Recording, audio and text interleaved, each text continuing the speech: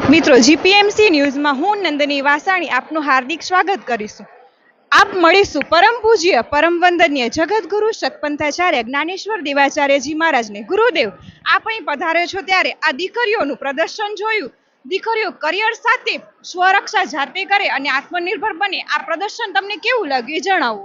ખૂબ જ સરસ લાગ્યું। સક્ષમ 2026માં આટલી દીકરીઓ ટ્રેન થશે અને આટલી ટ્રેનિંગ મળશે એ તો મને કલ્પના નથી। પણ અહીંયા પછી જે નિદર્શન જોયું, એમની જે પ્રેક્ટિસ કરી હતી એ અમને બતાવી, ત્યારે એમ થયું કે 4 દિવસના ટૂંકા સમયમાં દીકરીઓ ખૂબ કૌશલ્ય પ્રાપ્ત કર્યું છે ને જીવનમાં ખૂબ ઉપયોગી થશે। સ્વરક્ષણ માટે આ એના જે કરાટેની જે તાલીમ છે એ સિવાય બીજી જે તાલીમ આપી બહુ જરૂરી હતી અને એ મળી છે ને આ દીકરીઓ બીજી દીકરીઓને પણ આવી ટ્રેનિંગ આપશે તો અહીંયા હવે છેડતીના જે બનાવો બને છે એમાંથી આપણે ઉગરી જઈશું। ખૂબ ખૂબ ધન્યવાદ।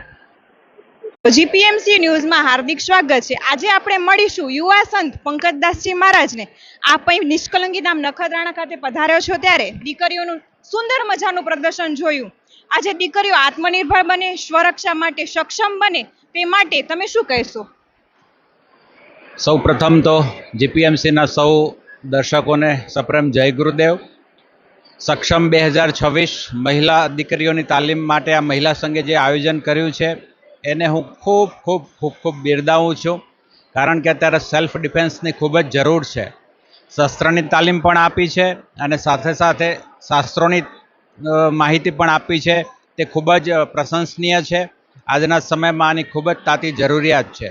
શસ્ત્ર ઉગામવા, શસ્ત્રબદ્ધ તાલીમ લેવી અને વિવેકસભર એનો ક્યાં ઉપયોગ કરવો એ બંનેનો સમન્વય કરી અને એક ખૂબ જ ઉમદા કાર્ય કર્યું છે। તેથી આખી મહિલા સંઘની ટીમને હું ખૂબ ખૂબ ધન્યવાદ આપું છું। મને પણ 2 દિવસ અહીંયા લેક્ચર માટે બોલાવ્યો હતો, એમાં પણ મેં મારી રીતે દીકરીઓને સારી રીતે મોટિવેટ કરી છે અને હજી પણ આ માધ્યમથી હું દીકરીઓને, જીપીએમસીની દરેક દીકરીઓને કહેવા માગું છું કે દીકરીઓ, આપણી પાસે 2 સાયકલ છે। માની લો કે એક સાયકલ નવી છે અને એક થોડીક જૂની છે। નવી સાયકલ છે એની અંદર બ્રેક નથી, જૂની સાયકલ છે એની અંદર બ્રેક છે, તો આપ કઈ પસંદ કરશો? ઓબ્વિયસલી આપ એ જ પસંદ કરશો કે જેમાં બ્રેક હશે। બસ, તો આ મનુષ્ય જીવન આપણને પ્રાપ્ત થયું છે। તો આજની યુવા સંઘ, યુવા જનરેશન જે છે, દીકરા અને દીકરીઓ બધાને માટે આવી શિબિરો થાય, કારણ કે આના માધ્યમથી જ આપણે આપણા જીવનરૂપી ગાડીની અંદર વિવેકરૂપી અને સંયમરૂપી બ્રેકની જરૂરિયાત જે છે એ આવી શિબિરોમાંથી મળશે। એટલે ભવિષ્યમાં દીકરા અને દીકરીઓ માટે આવી શિબિરો યોજાતી રહે અને એમાં જ્યાં પણ મારી જરૂર પડશે ત્યાં હું હાજર રહીશ એવી આપને ખાતરી આપું છું। મને અહીંયા શિબિરમાં હાજર રહી અને ખૂબ ખૂબ આનંદ થયો છે। ખૂબ ખૂબ ધન્યવાદ। નખત્રાણા ખાતે આપ પધાર્યો છો ત્યારે દીકરીઓનું આ પ્રદર્શન જોયું। દીકરીઓ આજે 5 દિવસીય શિબિરનું સરસ મજાનું આયોજનમાં પ્રશિક્ષણ મેળવીને સક્ષમ બની છે, ત્યારે તમે શું કહેશો?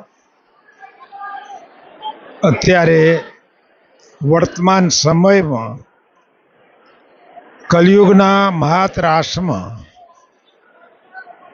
આજે દીકરીઓને જે અહીંયા મહિલા સંઘે આયોજન કર્યું ટ્રેનિંગ માટેનું, એ બહુ પ્રસન્નીય છે।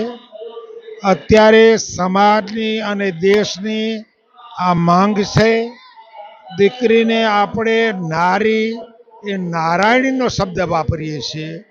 આ નારી એ દુર્બળ નથી, એને તમે ટ્રેનિંગ આપો તો સરસ મજાની ટ્રેનિંગ, આજે આ પંચકર્મ ટ્રેનિંગ હતી એમાં રાઇફલ શૂટિંગ, લાકડી દાવ, જુડો, કરાતા, પિસ્તોલ, રિવોલ્વર, અત્યારે વર્તમાન સમયમાં એની માંગ છે। દીકરી પોતાનું રક્ષણ કરી શકે। આવા સંજોગોમાં એ જોબ કરતી હોય કે કોલેજ જતી હોય કે સ્કૂલે જતી હોય તો પોતાનું આત્મરક્ષણ આવા દૂષિત ગંદા વાતાવરણમાં, આ વાતાવરણમાં 2005માં હું અમેરિકા હતો અને ત્યાં મારી 3 પૌત્રીઓને અને પૌત્રાને મેં કરાતાના ક્લાસીસ કરાવ્યા। પોતાનું તો રક્ષણ કરી શકે ને દીકરી. હવે એ નિર્બળ છે, એ કશું કરી ન શકે. હવે એ સમય આજે નથી. આજે સમય છે સશક્તિકરણનો, સેલ્ફ ડિફેન્સ, અને પોતાનો એમ નક્કી કરે દીકરી કે મારે આ કરવું છે. એટલા માટે ધ્યાન યોગ શિબિર હોય કે આવો કોઈ કાર્યક્રમ હોય, પંચકર્મ કાર્યક્રમ, તો એમાં એને પોતાની બોડી, મતલબ કે keep the body and mind and discipline, એટલે એ કરી શકે છે. એનામાં શક્તિ છે, પણ શક્તિને બહાર લઈ આવવા માટેની આ શિબિરની ખૂબ જરૂર છે. અને મારી શુભેચ્છાઓ, મારા આશીર્વાદ અત્યારે વર્તમાન સમયમાં આની માંગ છે. આવું કરતા રહો અને ફ્યુચરમાં દીકરી સશક્તિ બનતી જાય અને પોતાનું આત્મનિર્ભર કરી શકે, એવા ભાવ સાથે મારા સર્વેને આશીર્વાદ. ધન્યવાદ. પીએમસી ન્યૂઝમાં આપનું હાર્દિક સ્વાગત છે. આવો આપણે મળીશું સ્ત્રી શક્તિનું ઉત્તમ ઉદાહરણ એવા ચંદ્રિકાબેન રંગાણીને.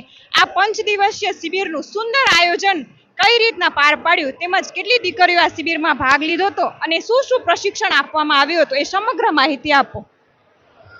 જય ગુરુદેવ.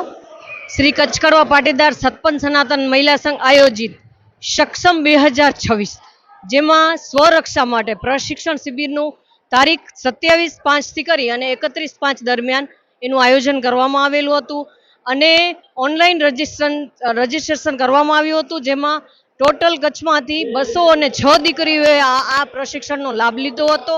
અને આ પ્રશિક્ષણની અંદર જેવા કે આજે સ્વરક્ષા, આજના સમયમાં જે સ્વરક્ષા જરૂરી છે, અને એની સાથે સાથે આત્મબળ, આત્મવિશ્વાસ અને જે નિષ્ઠાવાન ખંત છે, એ પણ આજે દીકરીઓને માટે જરૂરી છે.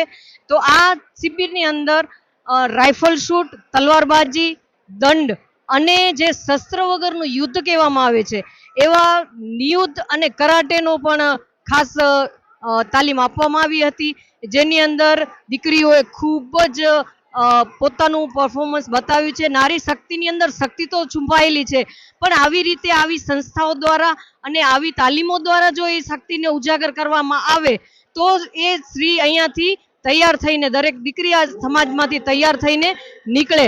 તો આ શિબિરની અંદર ખૂબ જ દીકરીઓએ પોતાનું પ્રદર્શન બતાવ્યું છે. અને આવી શિબિરોના માધ્યમથી બીજી પણ સમાજો દીકરીઓને સંરક્ષા માટેની તાલીમો લે અને આ શિબિર ઉપરથી પ્રેરણા લે, એવી આશા રાખું છું. ખૂબ ખૂબ ધન્યવાદ. નમસ્કાર. જીપીએમસી ન્યૂઝમાં આપનું હાર્દિક સ્વાગત છે. આવો આપણે મળીશું ડૉક્ટર પંક્તિબેન માકાણીને. આપ અહીં શિબિરમાં આવ્યા અને તમે પ્રશિક્ષણ મેળવ્યું, તો શિબિર વિશે સમગ્ર તમારા અનુભવ કહો. સૌપ્રથમ તો શિબિરમાં આવ્યા અને મહિલા મંડળે જે કચ્છ કડવા પાટીદાર મહિલા સંઘ સક્ષમ 2026નું આયોજન કર્યું અને તે ખૂબ જ સુંદર તાલીમ આપી, જેમ કે રાઇફલ, તલવાર, પછી પિસ્તોલ અને દંડબાજી તેમજ કરાટે, કે ક્યારેક પણ દીકરીઓને, સમાજને દીકરીઓને એટલી સક્ષમ બનાવો કે ભવિષ્યમાં ક્યારે પણ એમને આવી રીતના જરૂર પડે તો તે પોતાના આત્મનિર્ભર બની શકે અને પોતાની રક્ષા કરી શકે. એટલે મહિલા મંડળના આવા ખૂબ સરસ કાર્યક્રમને હું બિરદાવું છું અને આશા રાખું છું કે ભવિષ્યમાં પણ આવો જ સુંદર કાર્યક્રમ મહિલા મંડળ અને સમાજ તરફથી થતો રહે, જેથી આવનારી પેઢીઓને પણ આવું સુંદર વિશેષ જ્ઞાન મળે અને તે પણ આપણી સમાજનું ગૌરવ લઈ શકે. ખૂબ ખૂબ ધન્યવાદ.